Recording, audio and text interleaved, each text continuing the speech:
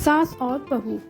کافی عرصہ پہلے کی بات ہے، ایک لڑکی جس کا نام تبسم تھا، اس کی شادی ہوئی۔ وہ سسرال میں اپنے شوہر اور ساس کے ساتھ رہتی تھی۔ بہت کم وقت میں ہی تبسم کو یہ اندازہ ہو چکا تھا کہ وہ اپنی ساس کے ساتھ نہیں رہ سکتی۔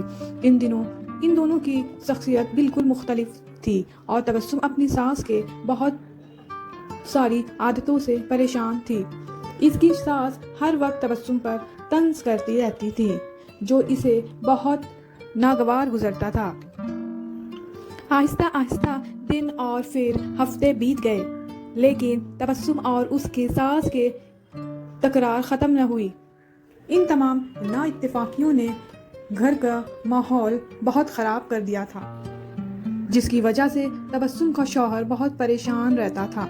آخر کار تبسم نے یہ فیصلہ کیا کہ وہ اپنی ساس کا برا رویہ اور برداشت نہیں کرے گی اور وہ اب ضرور کچھ نہ کچھ کرے گی۔ تبسم اپنے پاپا کے ایک بہت اچھے دوست احمد انکل کے پاس گئی، جو بڑی جڑی بوٹیاں بیچتے تھے۔ تبسم نے انہیں ساری کہانی بتائی اور ان سے کہا کہ وہ اس کو تھوڑا سا زہر دے دیں تاکہ ہمیشہ کے لیے یہ مسئلہ ختم ہو جائے۔ احمد انکل نے تھوڑی دیر کے لیے کچھ سوچا اور پھر کہا کہ تبسم، میں اس مسئلے کو حل کرنے میں تمہاری مدد کروں گا، لیکن تمہیں ویسا ہی کرنا ہوگا جیسا میں تمہیں کہوں گا۔ تبسم راضی ہو گئی۔ احمد انکل ایک کمرے میں گئے اور تھوڑی دیر بعد اپنے ہاتھ میں کچھ جڑی بوٹیاں لے کر لوٹے۔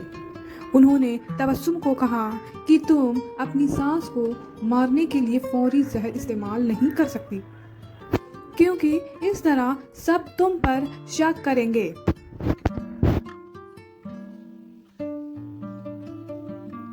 اس لیے میں تمہیں یہ جڑی بوٹیاں دے رہا ہوں، یہ آہستہ آہستہ ان کے جسم میں زہر پھیلائیں گی۔ ہر روز تم کچھ اچھا پکانا اور پھر انہیں کھانا دیتے وقت اس میں یہ جڑی بوٹیاں ڈال دینا۔ اور ہاں، اگر تم چاہتی ہو کہ کوئی تم پر شک نہ کرے کہ تم نے انہیں مارا ہے، تو تمہیں یہ خیال رکھنا ہوگا کہ تمہارا رویہ ان کے ساتھ بہت دوستانہ ہو۔ ان سے لڑائی مت کرنا، ہر بات ماننا اور ان کے ساتھ ایک ملکہ کی طرح برتاؤ کرنا۔ تبسم یہ سب سن کر بہت خوش ہوئی۔ اس نے احمد انکل کا شکریہ ادا کیا اور جلدی سے گھر چلی گئی، کیونکہ اب اسے اپنی ساس کو مارنے کا کام شروع کرنا تھا۔ ہفتے گزر گئے اور پھر مہینے۔ تبسم روز کچھ اچھا پکا کر اپنی ساس کو خاص طور پر پیش کرتی تھی۔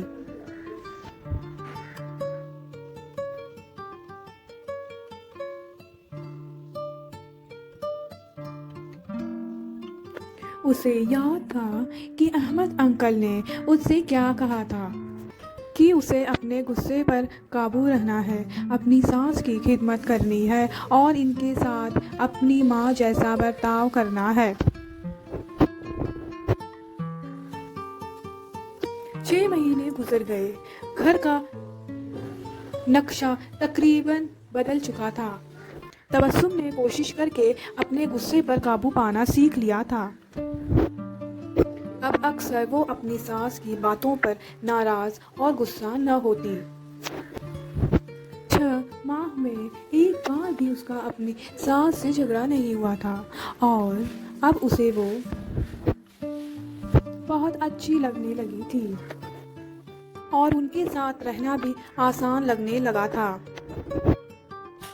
اس کے ساس کا رویہ بھی اس کے ساتھ بہت بدل گیا تھا اور وہ بھی تبسم کو اپنی بیٹیوں کی طرح پیار کرنے لگی تھی۔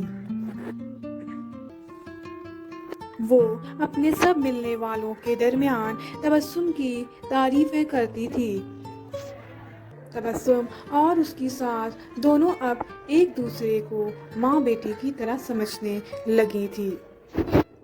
تبسم کا شوہر بھی یہ سب دیکھ کر بہت خوش تھا۔